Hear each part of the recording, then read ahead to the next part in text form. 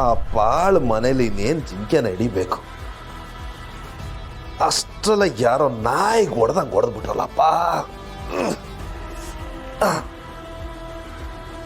ಒಂದು ವೇಳೆ ಸಹನನೇ ಕತ್ಲಲ್ಲಿ ಗೂಸ ಕೊಟ್ಬಿಟ್ಲ? ಇಲ್ಲ ಇಲ್ಲ ಇಲ್ಲ ಇಲ್ಲ ಇಲ್ಲ ಇಲ್ಲ, ಒಂದು 3-4 ಜನ ಸೇರಿ ತಂಗಿತ್ತು. ಆ ಕಪ್ಪೆ ನನ್ನ ಮಕ್ಕಳು ಏನಾದ್ರು ನನ್ನ ಮೇಲೆ ಅಟ್ಯಾಕ್ ಮಾಡಿದ್ರ?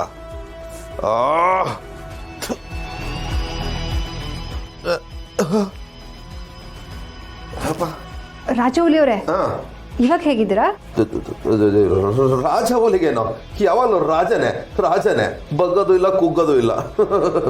ಹಂಗಾದ್ರೆ ಇದು ಯಾರೋ ನಿಮಗೆ ಹೊಡೆದಿರೋ ಏಟ? ಏನೋ ಇಲ್ಲ, ಸುಮ್ಮನೆ ತಮಾಷೆಗೆ ಹೇಳಿದಷ್ಟೇ. ಏನು ಬಂದಿರೋ ವಿಷಯ? ಯಾಕೆ ನಿಮ್ಮನ್ನು ವಿಚಾರಿಸ್ಕೊಳಕ್ ಬರಬಾರ್ದಿತ್ತಾ? ಬಂದರೆ ಪರವಾಗಿಲ್ಲ, ಜೊತೆಯಲ್ಲೇ ಗೂಸ ಬಿದ್ರೆ ಭಯ.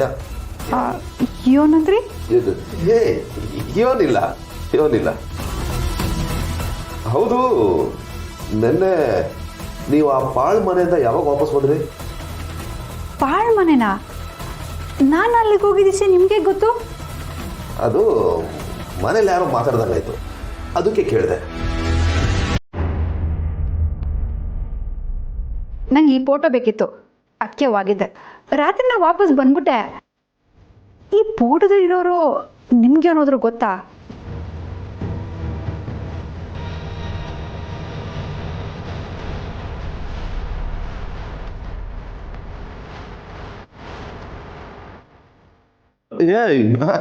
ಅಲ್ಲಿಂದನೇ ತೋರಿಸಿ ನೋಡ್ತೀನಿ. ಇಲ್ಲ, ಈ ಫೋಟೋದಾಗಿರೋ ವ್ಯಕ್ತಿ ಯಾರು ಅಂತ ಗೊತ್ತಾ?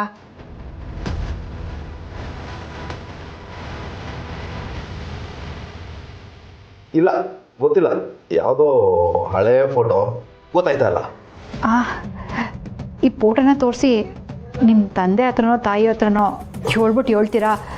ಇವ್ರ ಬಗ್ಗೆ ಹೇಳಿದ್ರೆ ನನಗೆ ಸ್ಯಾನೆ ಖುಷಿ ಆಯ್ತದೆ. ನಿಮಗೆ ಖುಷಿ ಆಯ್ತದೆ ಅಂದರೆ ಖಂಡಿತ ಮಾಡ್ತೀನಿ. ಈ ರಾಜ ಓಲಿರೋದೆ ನಿಮ್ಮಂಥವ್ರು ಸೇವೆ ಮಾಡೋದಕ್ಕೆ. ಕೊಡಿ ಫೋಟೋ. ಸ್ಯಾನೆ ಥ್ಯಾಂಕ್ಸ್, ನಾನು ಬರ್ತೀನಿ. ಯಾ